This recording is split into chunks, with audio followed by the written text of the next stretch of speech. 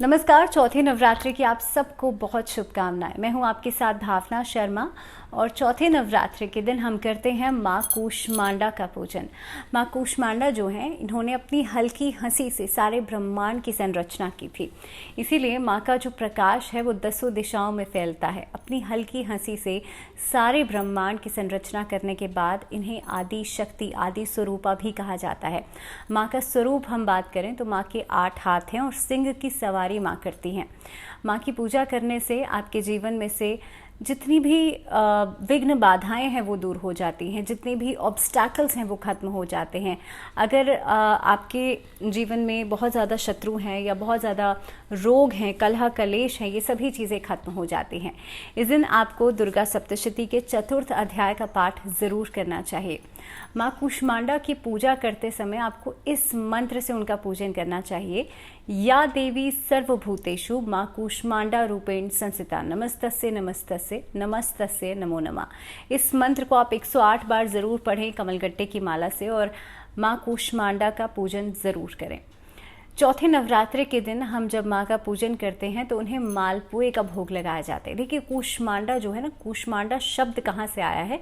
कुम्हड़े से आया है। कुम्हड़ा मतलब सीताफल, और इस दिन माँ को जो सीताफल होता है उसका भी भोग लगाया जाता है। तो इस दिन आप कुम्हड़े का भोग इस दिन माँ को लगा सकते हैं। साथ ही में मालपुए का भोग लगाने से भी आपके जीवन में हर तरह की जो विघ्न बाधाएं हैं वो खत्म होती हैं।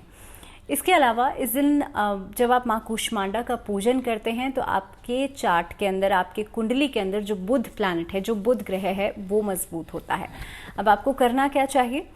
एक हरा कपड़ा ले लीजिए। हरे कपड़े में 2 इलायची रखिए और उसके बाद उसे बांध करके आप माँ कूष्मांडा को अर्पित कर दीजिए। और उसके बाद उसे पूरे साल भर अपने पास आपको रखना है जब तक अगले चैत्र के नवरात्र नहीं आ जाते हैं।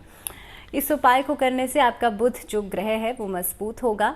और ख़ास तौर पे ऐसे लोगों के जीवन में जिनका बुध कमज़ोर होता है, उनकी लाइफ में स्पीच की प्रॉब्लम बहुत ज़्यादा होती है, वाणी अच्छी नहीं होती, स्किन प्रॉब्लम्स बहुत ज़्यादा होंगी। तो इस तरह की प्रॉब्लम्स अगर आपकी लाइफ में भी हैं और अगर आपको नहीं समझ में आता है कि भाई दिक्कत कहाँ है पे है, तो आप इस उपाय को ज़रूर करें। तो नवरात्रि के चौथे दिन साधक का जो मन होता है वो होता है उसके अनाहत चक्र में, यानी कि हार्ट चक्र में।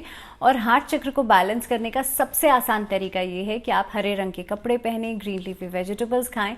अब कई लोग ऐसे होंगे जो कहेंगे भाई हमें कैसे पता चलेगा कि हमारा हार्ट चक्र बैलेंस है कि नहीं है? तो आपको बता दूं, अगर आपको इमोशनल बहुत ज़्यादा है और इमोशनल होने के कारण लोग आपको सप्रेस कर देते हैं, आपको डोमिनेट कर लेते हैं, या फिर आपको मूड स्विंग्स बहुत ज़्यादा रहते हैं, हार्ट के इश्यूज़ हैं, वेरिकोज वेन्स की प्रॉब्लम है, या फिर आप अपने दिल की बात दिल में ही रखते हैं, तो आपका हार्ट चक्र बैलेंस नहीं है। तो इसको बैलेंस करने के लिए इस दिन आप हरे रंग के वस्त्र धारण करके माँ कूष्मांडा का पूजन ज़रूर करें। एक दीपक माँ कूष्मांडा के सामने ज़रूर जलाएं। इसी के साथ जैसे मैं बात कर रही थी कि अलग अलग खास उपाय जो है नवरात्रों में किए जाते हैं। अगर आप चाहते हैं आपके पूरे जीवन भर रोग मुक्त आप रहें, कोई भी बीमारी ना हो, या आपके घर में से भी जो रोग हैं वो खत्म हो जाएं, तो आपको क्या करना है? इस दिन आपको शाम के समय, संध्या काल के समय माँ कूष्मांडा को पीले रंग की चीज़ें अर्पित करनी है। आप पीले रंग का वस्त्र अर्पित कर सकते हैं, आप हल्दी की गांठ अर्पित कर सकते हैं। इसके अलावा आप किसी भी पीले रंग के मिष्ठान का भोग लगा सकते हैं। तो इस तरह से पीले रंग की चीज़ों का आपको अर्पित करनी है। दूसरा उपाय ये है कि इस दिन महामृत्युंजय मंत्र का जाप आपको 1 माला ज़रूर करना है। जिसको किसी तरह की कोई इशू है, हेल्थ इशू चल रहा है, उनका नाम लेकर के, उनके नाम से संकल्प लेकर के आपको इस दिन जो महामृत्युंजय मंत्र का जाप है वो ज़रूर करना है। अब सबसे इम्पॉर्टेंट बात यह है कि डेली जब आप पूजन कर रहे हैं और डेली जब आप माँ का विधि विधान से पूजन कर रहे हैं, षोडोपचार से पूजन कर रहे हैं, लेकिन जब आप पूजा को अंत करते हैं, जब आप पूजा का समापन करते हैं, तो आप कैसे करेंगे?